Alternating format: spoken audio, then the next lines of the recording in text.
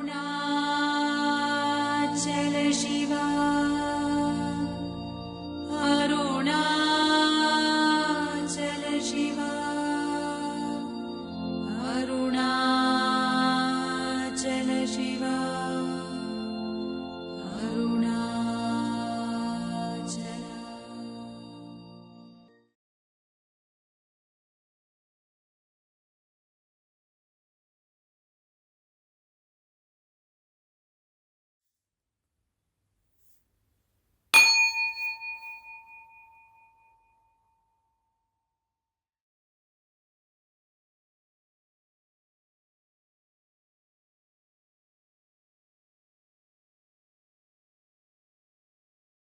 प्राग्वद्वेषादिरहितं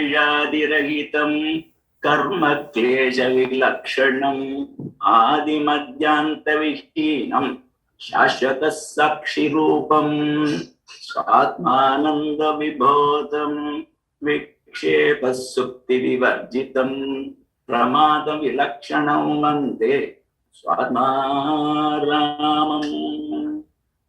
One which is without the pairs of opposites like likes and dislikes. Karma klesha vilakshanam, one who has no attachment towards any work. One which is without any beginning, middle and end. And it is ever the Sakshi Swarupa, ever the witness Swarupa. And it is Swatmanandam, one which is Ananda itself. And it is without thoughts and without sleep, and which is ever attentive.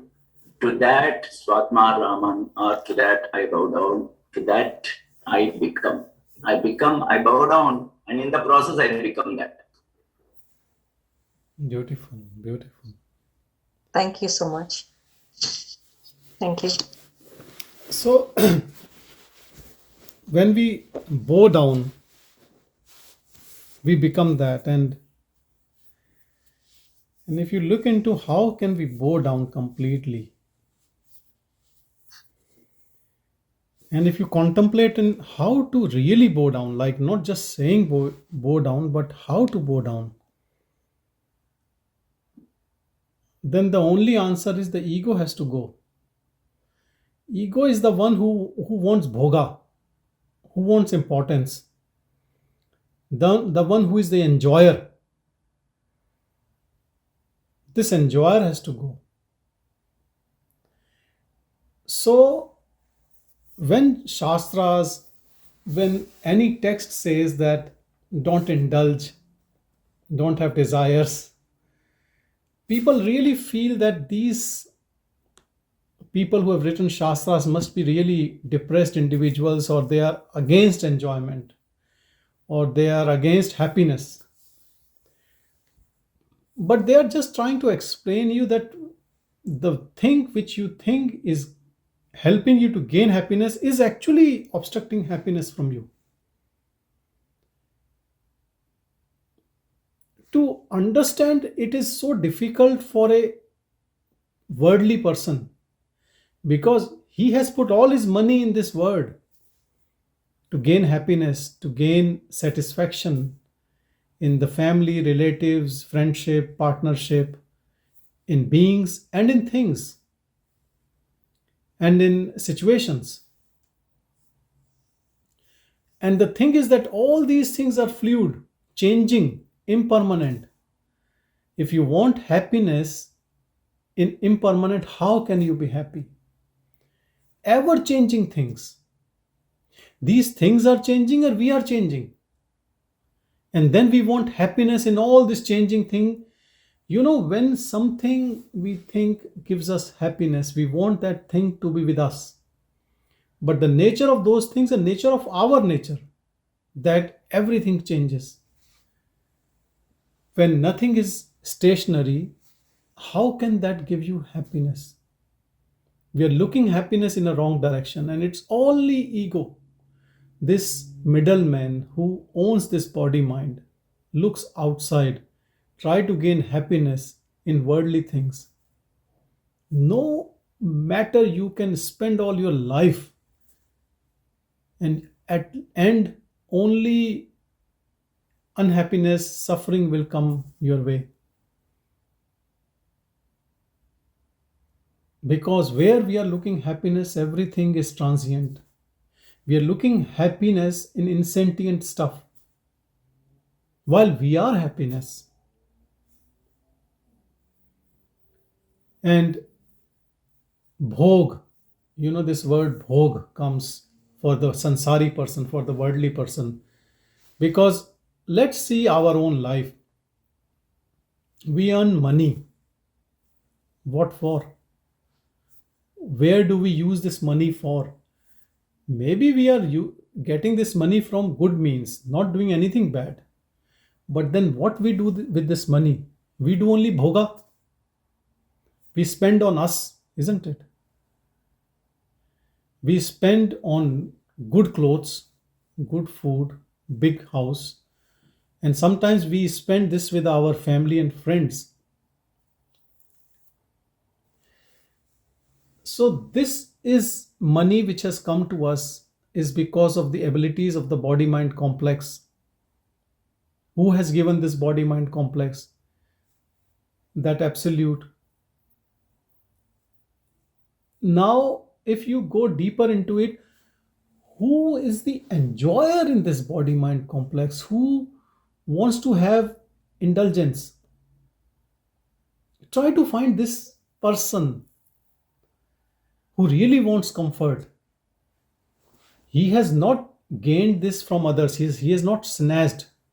I'm saying about a very good person who has earned hard earned money, and then he is allowed to spend on his own self. But who is looking for comforts? Who is looking for everything good? If you go into this question, you will realize this person is fake, who is going outside with all this money to be very comfortable in everything, in situation, among beings, and with things. But if you see reality, if you go deep into reality as karma yoga, we have been given intellect and mind and body, and then through that, whatever is a gift, that body mind is able to earn some money. Now that money is there, the body is there. Now all this structure of money and whatever it has gained, is it for us? Or is it to utilize these resources to help who don't have it, to share with others, or to share for a noble cause? Are we the owner of it? If we are the owner, then who are we? Who is the owner of all this and wants to use it for own self? If you contemplate on it, you will get detached with all this drama what all of us are doing. We are looking for a position, whatever profession we are doing, we might be doing some good karmas there, helping someone in that job. But the end result is getting money, and with that money, what we do? We travel, or we buy things, or we have good food. Who is this? If you look, this person who is indulging, who wants comfort, who is doing for his own self, even if he is doing for kids, it's only for own self only. Don't confuse yourself that you're doing any sacrifice. You're so attached to your kids and family that you're doing, and you think you're doing sacrifice. A lot of parents I have seen, they sometimes taunt their kids, I've done this for you, I've done this for you, I've done this for you. It's shameful act. Every parent does for kids. Look, birds, animals, they do for their kids. They have no mind, they do. But any bird or animal, kid does for parents? Never. It's only human beings which do for their parents. Birds, once they are grown up, they fly away. They just leave the nest. They don't do for their parents. When you go deep into this, who is doing all the indulgence? Who is enjoying the show? Even if you sit with this simple thing, of bhoga, who is enjoying, who wants everything. The moment you sit with this as a burning question with your own self, this middleman will run away because there is no one there. This ahankar, this ahamvriti, the I-ness, the ego, which actually acquires everything. I should not name any particular person, but I know from Indian politicians have billions of rupees. They keep gathering, and most of them are only single. You know, left wife or living alone, and they wear khadi only cotton, but they keep acquiring money. What for? Why? If you go within, you will realize there is no one there. It is an empty house actually. It is only a misconception that there I am the person and I have to enjoy and I have earned and I have to prove. All this self talk is completely fake.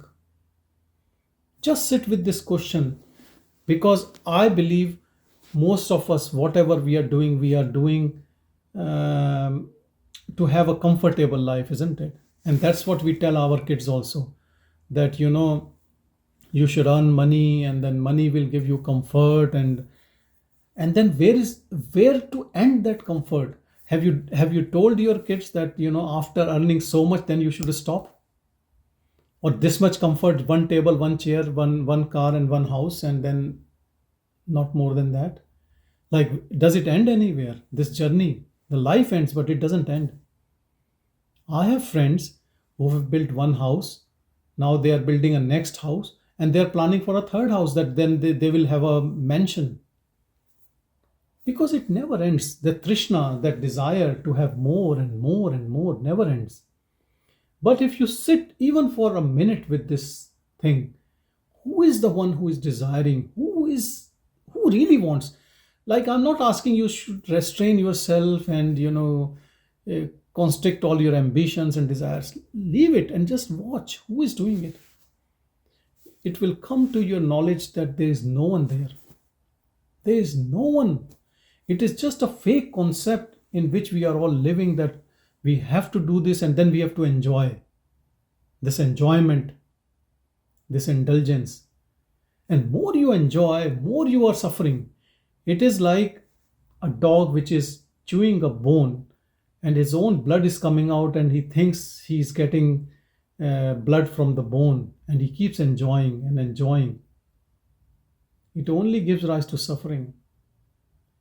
Because we are looking happiness in where the happiness never comes out of those things, and everything from which we try to get happiness are transient, impermanent. Even the one for whom you are getting all this enjoyment is for this body, isn't it? When this body is not there in deep sleep, then there is no enjoyer. Only when the mind is active, then the mind says this is the body and this body is the enjoyer, and let's enjoy. For how long this body will be there? It is dying every day.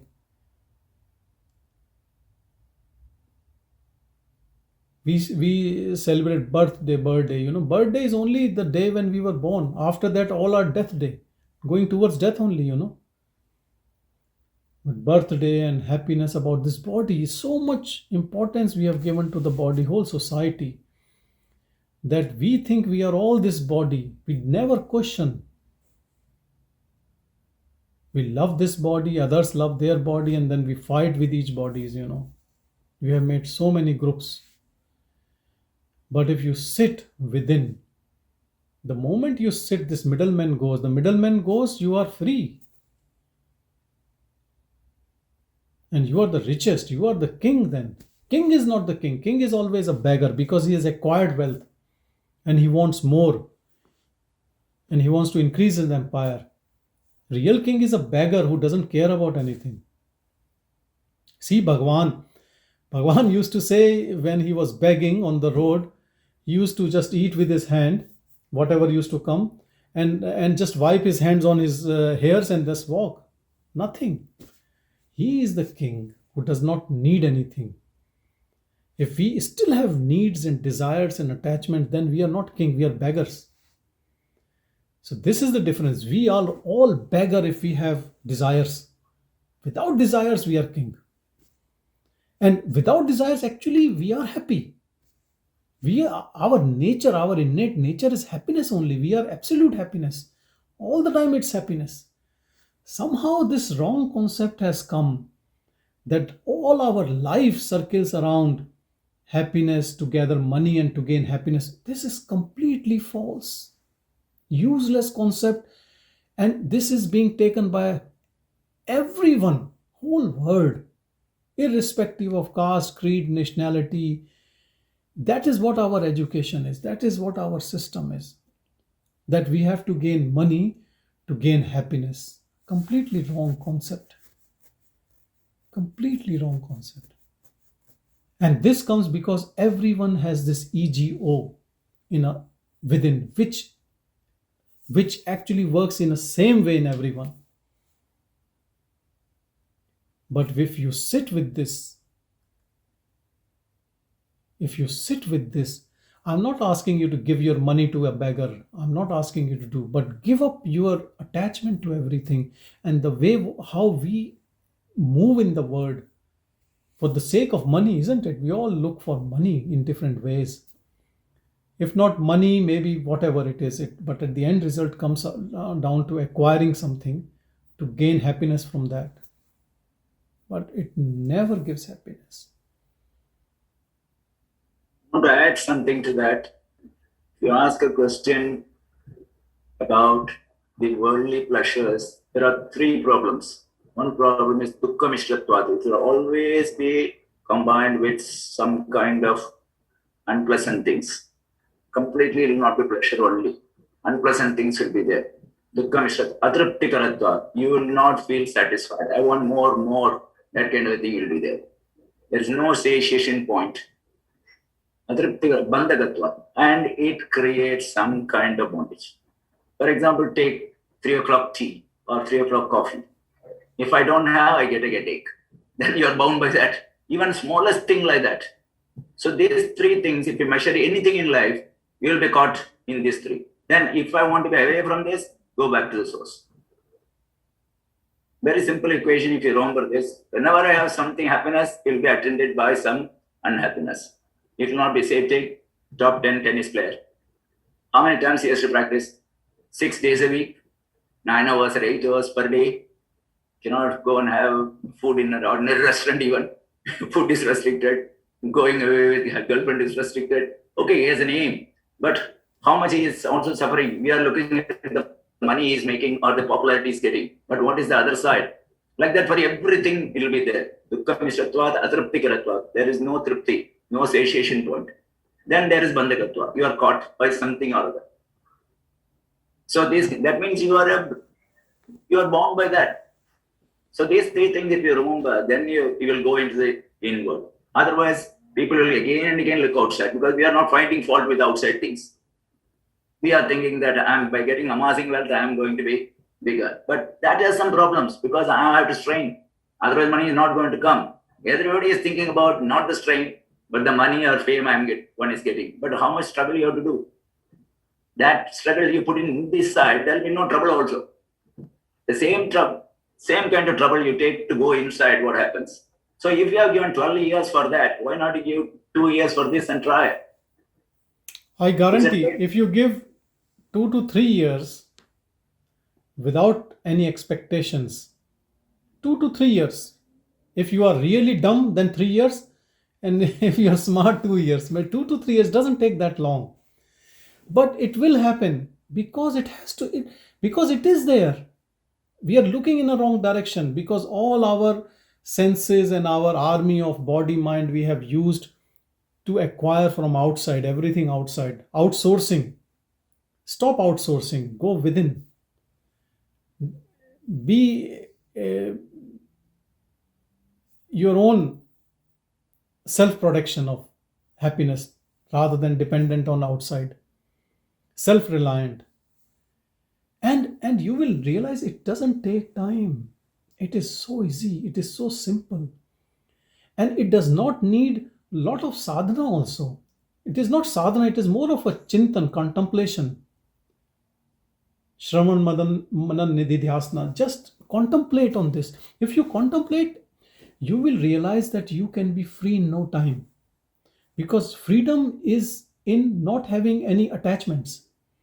When you have no attachments, you are free. No, you can't find a better example than Bhagwan. Symbolically also. A person who is not wearing anything, who has no possessions, what a person can take from him. But on the other hand, you can take the example of Janaka, the king. He had everything but not attached to anything. If his palace was burning, he didn't care, let it burn. So, non attachment, no desires, sets you free whether you have things or you don't have things. I believe that is the easiest and simplest way to stay as awareness. And that is the reason why when you are not this body mind and it has to leave you sooner or later, why to pamper it? At the end, it will be cremated. Whatever beautiful or healthier your body is, end result it will turn into dust.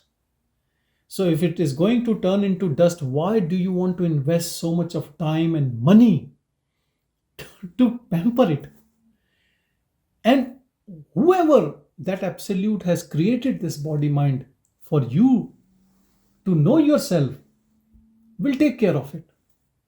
That is his job, not your job. You only have one job, to know who you are. Everyone has only one job to do, to know who you are. And if you can do that, that is more than enough. Now the body and mind and this all, it is already being planned by the absolute Paramatma, that what is going to happen with it, how, what diseases, what suffering, what joy, what pleasure it has to go through. It has nothing to do with how much you do for the body. And you will realize the moment you come out from the Vishya Vasanas or indulgence from the body, actually the body radiates energy. The body becomes much better because you're not indulging in anything. You're not taxing your body in unnecessary things. So what the whole world is doing, they do indulge, they eat every second day outside, drink, do whatever with the senses, and then they go to gym 3-4 hours. So whole day we are just either abusing the body and then trying to take care of the body, and then whole life is like that, everyone. And these are our role models. And we say party hard at night, and then sleeping at 3 a.m. and then morning let's go for jogging, fit the body. So indulging, making weak at night, and then morning we are trying to make the body healthy. So much of body consciousness. All efforts of all human beings are only on body from all their life.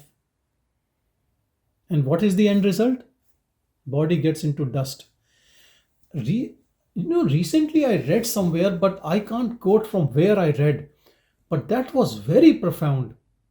This was about that someone massaging the body is a sin. Actually, I don't know where I read it. Some book, some shastra, I don't remember, but it was so striking the way they put it, that pampering your body in form of massage or something like that is a sin, they have said. Why you are keeping so much conscious about the body? But who understands this? Who will understand this? If you just sit in contemplation to how much time all our life we have wasted on this body, which is going to turn into a dust, you will know that you have wasted so much of life rather than knowing who you are. We all think we are this body, and we spent all our life in pampering this body. And one day the body deceives us. It gets diseases and then it dies. And so the death is so painful because all our life we were in this illusion that we are this body. And then when we realize that this body will be dying soon, we are in so much of suffering. Just simply sit in awareness, abide in your awareness. Just be a pure witness to whatever the mind is doing, thoughts are coming, intellect is behaving, rather than reacting or stepping into action what the mind is saying, what your intellect. Just watch it. When you watch it, and when I say watch it, there might be periods in which you might slip into the ego mode and then you start doing things what the mind or thoughts are saying to you. But just watch this gadget. Just put off this gadget. Don't use it. Just watch it. Be the witness. I'll tell you, nothing will change in your life. And if things are changing, that is good also. Be the witness throughout the day. See, in no time you will find so much of distance between you and your mind and your intellect and your emotions. You will be ashamed even to say your emotions, your thoughts, your intellect. There will be so much of gap, profound gap. And this is the power of pure observation, pure witnessing. That's all. All what I was talking about, this middleman who is indulging, using the body, in so many sensual pleasures, you will realize there's no one there. That whole idea is just mechanical. Sometimes we are just following others around us because everyone is after a scoop of ice cream to run to that restaurant or do this or buy this and do this. And I'm not talking about that you are a depressed soul and you can't do those things, but you are more contented and happy internally that there is no need to do anything. If you need a bag, you will buy a bag. If you need a cloth, you will buy a cloth. But there is no compulsive shopping, compulsive buying. Because all this buying spree is to fulfill when we feel, unhappy, incomplete. But completeness is within, not outside. Outside will make you more incomplete. You can fill up your house with shoes or clothes or whatever. Inside you will be empty. External, in this world, nothing can give you what you are. Nothing can give you what you are. So it's a very bad habit to look outwardly. So conserve that energy. Bring back that energy to your own seeing all the time. And slowly and gradually, when you bring all this energy here, it will be not going through because it is the same energy. It is the same power which is going to the mind from the mind externally, projecting the word and your sensory organs and sensations. And the same comes back when you look within. Conserve that energy. Bring it to you for your own opening. And then your own reality will reveal you yourself, what you are. Sit with it. Believe on it. Have faith on it. In your own seeing. You don't have to do anything. You don't even have to tell anyone about anything. If, let's say, someone is going somewhere and you have to go because it's a family member, you can still go. Bhagwan uses a beautiful word for disinterested action. Disinterested. You are doing but not doing. And that frees you. Even that action frees you. Even if you're doing it, it does not affect you. Because you have no desire to do it. Because those circumstances, whatever situation is, you are in that situation. So those things are happening or You are forced into it because if you're not interested, but it has to happen this way. Let's say your job, I know most of us are doing good jobs, but let's say it's a bad job, something which is something in which you have zero control. But if you are disinterested, it is just happening. It's not going to affect you at all. You can continue your seeing whether you do something or not do something. I know I've spoken to so many people, so many times I speak, and a lot of people are actually into that seeing, and sometimes it comes to you that you are lost. You don't know what you are doing, or you're not doing anything. Because actually, no one is doing anything. Things are just happening on its own. Exactly like in your dream. Do you choose who will be in your dream tonight? And what will be the scene? And how the dream will start and end? It just happens. Same is this waking dream. It is just happening. Things are unfolding. Plan a day, and the day goes exactly opposite to what you have planned. So let the word, this dream word is happening the way it is happening. You just stay as a witness to it. Don't underestimate the power of witnessing. As Neelakantanji was saying, this thing, what we all are, has no likes, no dislikes. It is uninvolved. It is that what we all are.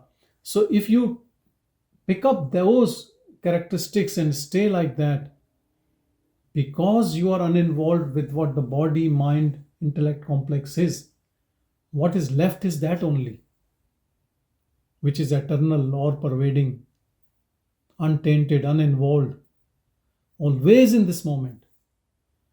Always in this moment, because it has no other moment. It has no story. Anything which changes has past, present, and future. Changeless doesn't know what is past or future. It is always the same. Eternally in present. Because what is time? Time is a parameter where the things are changing. So the sun is changing, moon is changing, earth is changing, body is changing, thoughts are changing.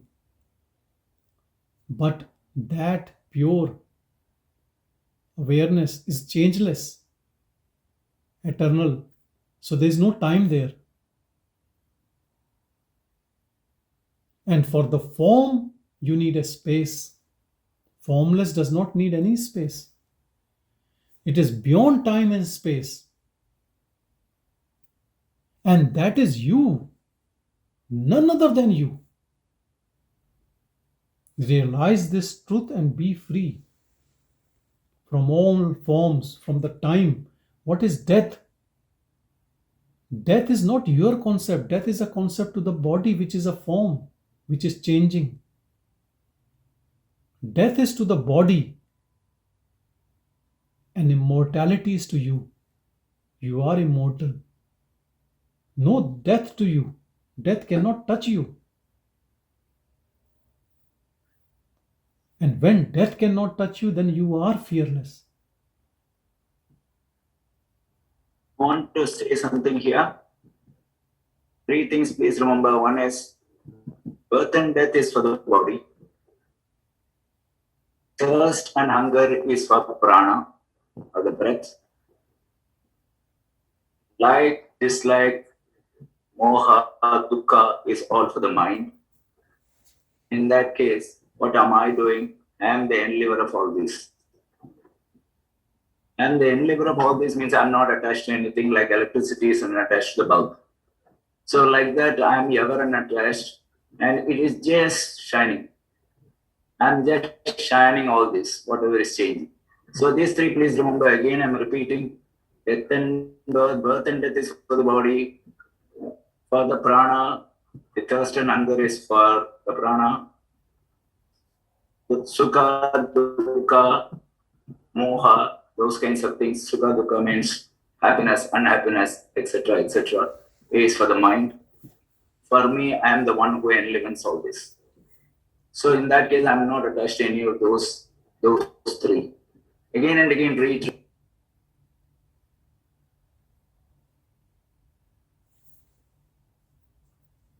To be that, what is being described, you don't have to do anything. Just be a witness. But don't be an impatient witness. Don't look for results. Oh, it's not happening, and I have done sin.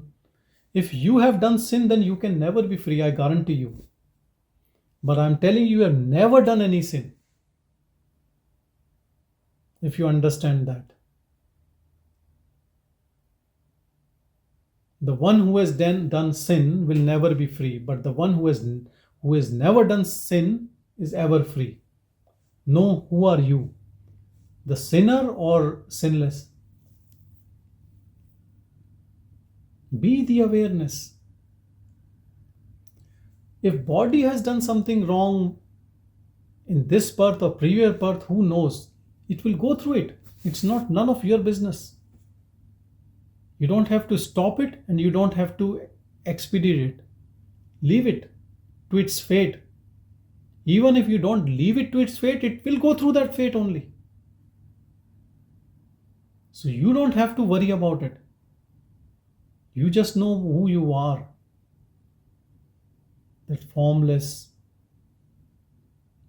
pure awareness. It is very hard to put in words, but it is very easy to experience your own experiential knowledge if you stay as a witness. The only thing you have to be sure is that whether that witnessing is happening from the ego self or that pure self. So whenever you in that witnessing, if you are still party to the body-mind complex,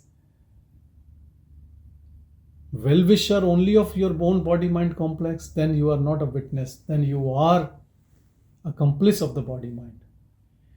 So stay in that seeing, and that seeing will take you there. Don't worry, even if you are not sure at this stage, but as you become a very serious, ardent, spiritual seeker, this clarification will come to everyone. Discrimination will come, no doubt about it. And all the doubts will melt away. The more your seeing becomes purer and purer. The more your seeing becomes purer and purer, everything will be clear to you. Crystal clear. When someone like Neela Kantanji reads some shlok or something, that will only attest to your own seeing, nothing else. It will not give you anything else than attestation, stamping that yes, this is what it is. Then Shastras you will be reading just for fun, because it is saying what you know. Then all this reading becomes a joy. Because all the Shastras, all religions are only talking about you, nothing else. They are not talking about someone above. It's all here in all of us. Closest of close. No gap. It's only you. You have created a false gap. Illusion, that is illusion. And I'll tell you another important thing. The person who is most attentive is the person who is realized, is more attentive, more awake than even an awake person, even in his sleep.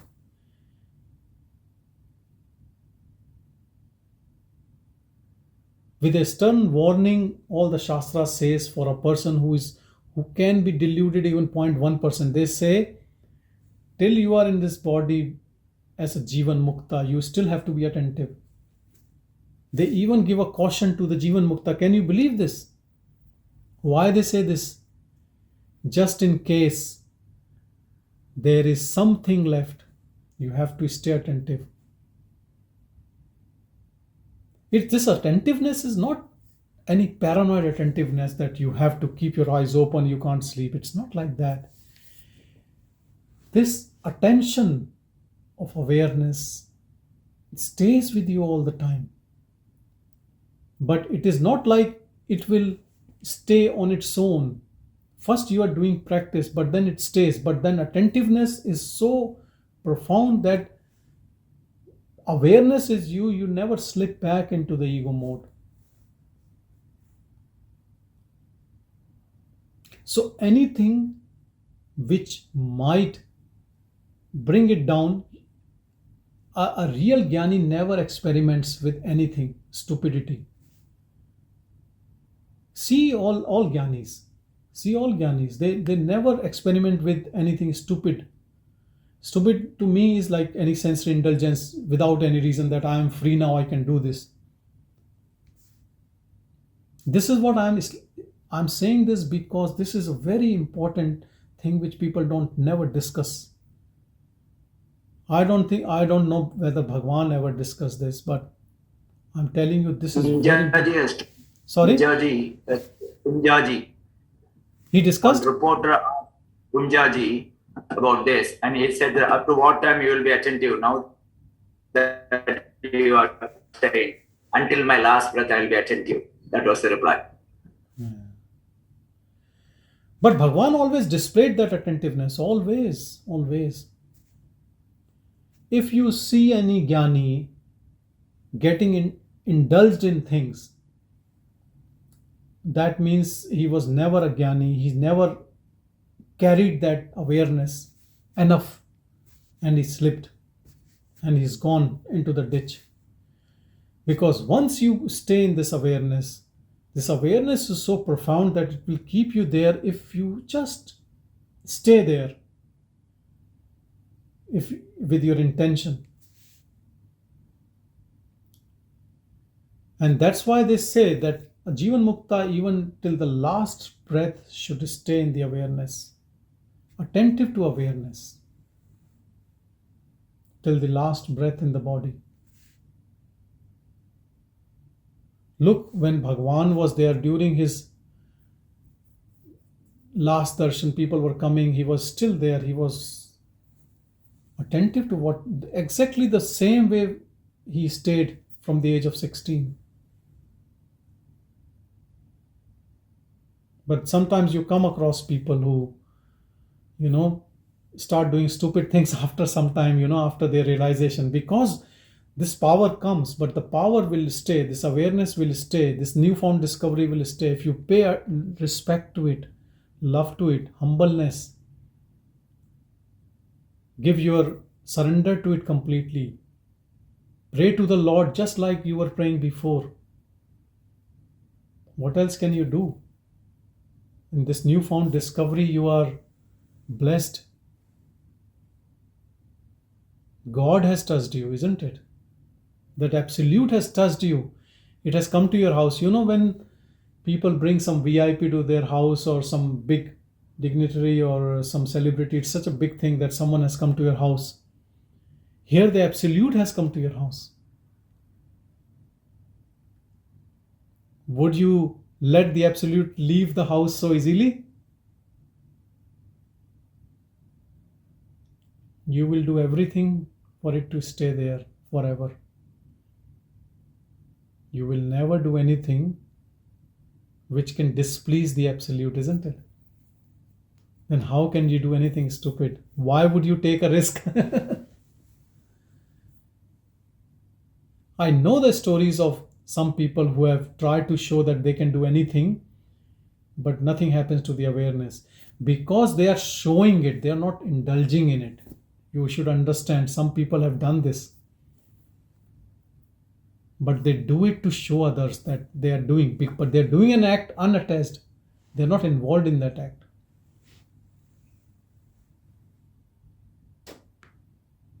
So once you get this seeing, then stay in that seeing.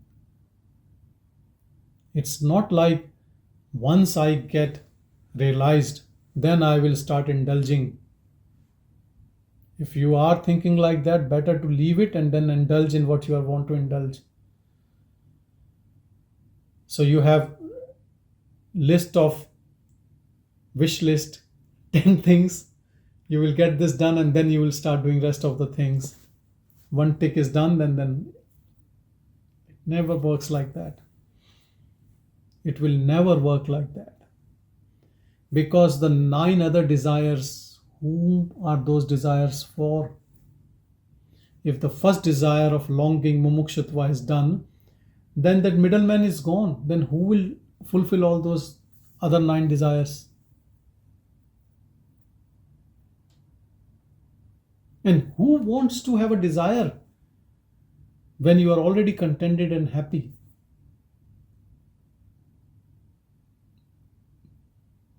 There is no desire which can keep you happy than knowing your own self.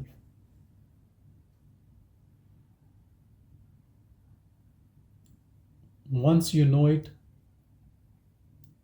it is the most precious jewel.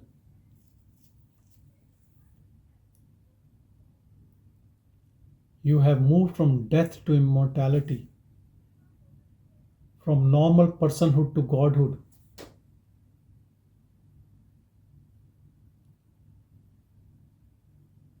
From that individual consciousness to cosmic consciousness. It's a big jump.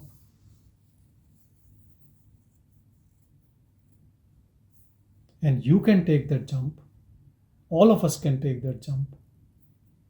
And for that jump, you don't have to even jump. You just have to stay. And what you need to do? Nothing. Just be aware of everything. Detached awareness.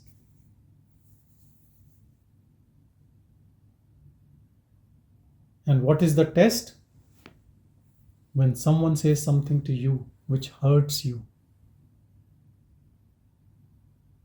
you are bound.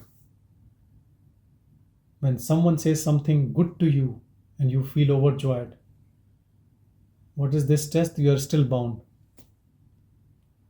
When you get affected by whatever situation is, people, beings, what it tells you, you are still in the ego mode.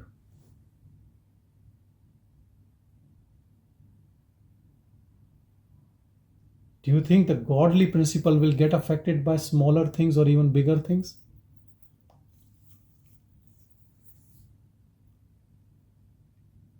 We are all that pure being. Not human being, that being.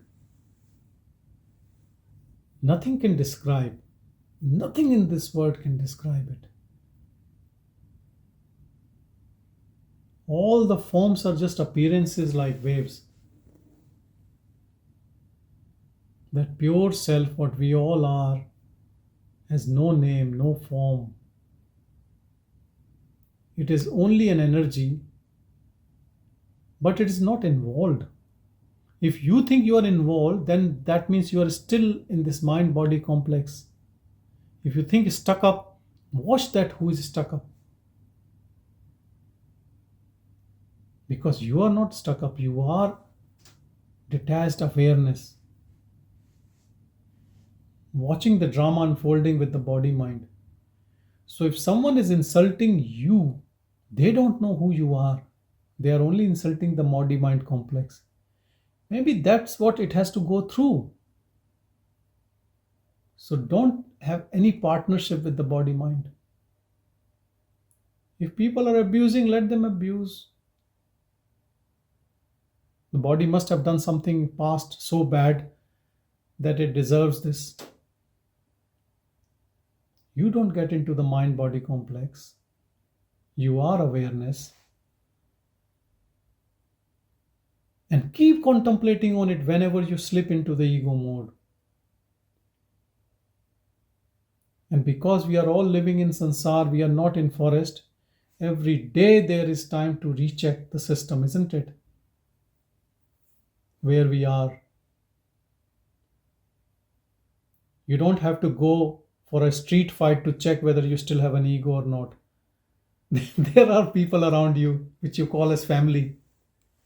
They will check you all the time. Be thankful to them. If you are alone, then you can be in illusion that you are free. But because they are there, the day you will be free, you will know that you are free. So be with them. They are there, they are conducive to your liberation. That's why the God has given them to you. Stay with them. And what you can do is try to do best for them. Proper check and balances. Yeah. So keep them happy, They are all helping us in our journey. So stay in this awareness and have patience and have faith. It takes time because even let's say you don't believe in any rebirth, even in this life we have spent last 20, 30, 40, 50, 60 years, in the person mode. It takes time to get out of it, isn't it? Have patience. Even to win an Olympic medal, there is 5-6 years of practice.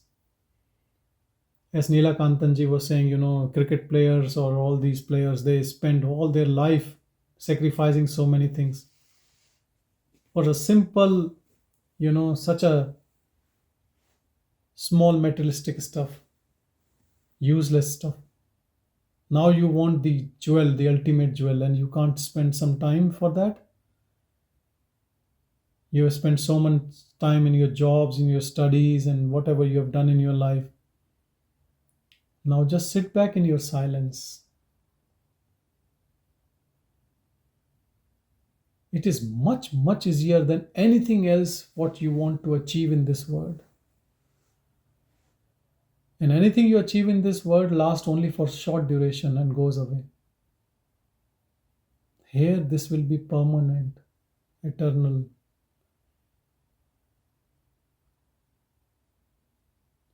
It will free you from all your roller coaster ride of birth and death, all the suffering.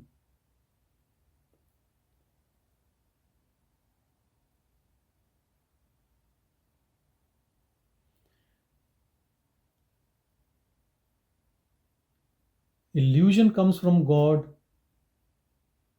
and this freedom comes from God. He puts illusion to everyone, and that then gives freedom to whoever asks for it, because it gives whatever you ask.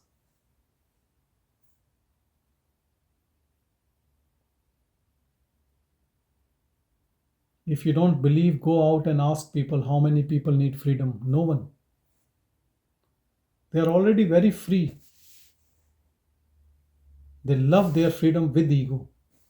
They think with ego what they can do is freedom. They don't want to be free from ego. So don't think there are too many people there. There's no competition here. Hardly there is anyone looking for God. That's why it's known as Kali Yuga. Have you heard Kali Yuga? Here no one is interested. So it is very, very easy here.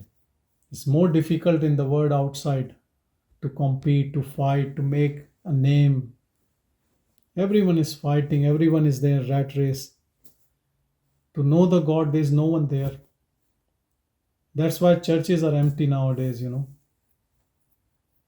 My son used to go to one of the church where it was a Kumon classes were going on, English Kumon classes, this Japanese way of learning English and maths. So this is what happening. So people are not interested. But anyway, this is our church, our temple, our body. Just go within. Stay there in your own silence. Love your silence. Love your company. Love your solitude.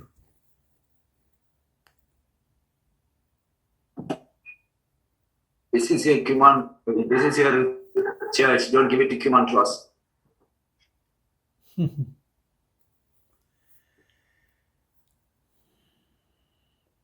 So satsang is staying in your own company, not the company of the ego, company of your presence,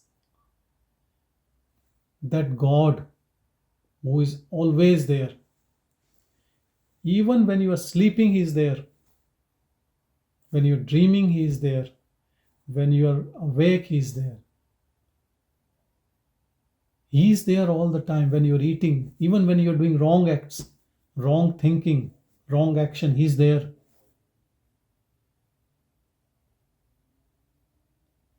And to the greatest surprise, that God is you only. What a shame that we think we are this body mind. And the second shame is then we start doing wrongful acts and thoughts.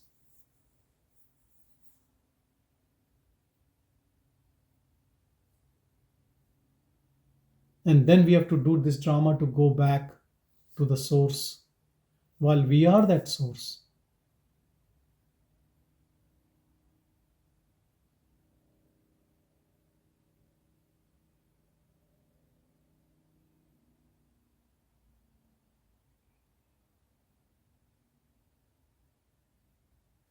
Stay in your beautiful awareness. You're seeing. And don't step down into this ego mode, which is full of suffering, full of misery, birth and death, pain. I'm not trying to be negative, but you know it. Sometimes you feel pleasure out of it. I'm not denying it. But what is the end result? When you can be completely free from it and can be in eternal happiness without any reason. Mad in your own happiness, in your own bliss. Who doesn't want that? And you don't have to pay any price for it except not to do anything, not to take any shape, any form. Stay as pure awareness.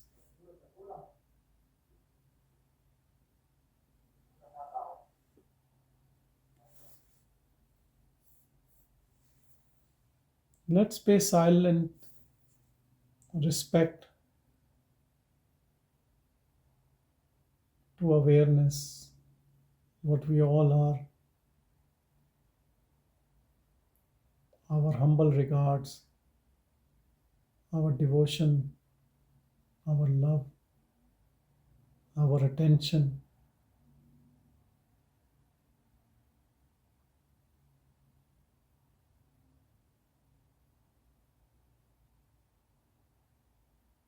All this to this pure silence, what we all are.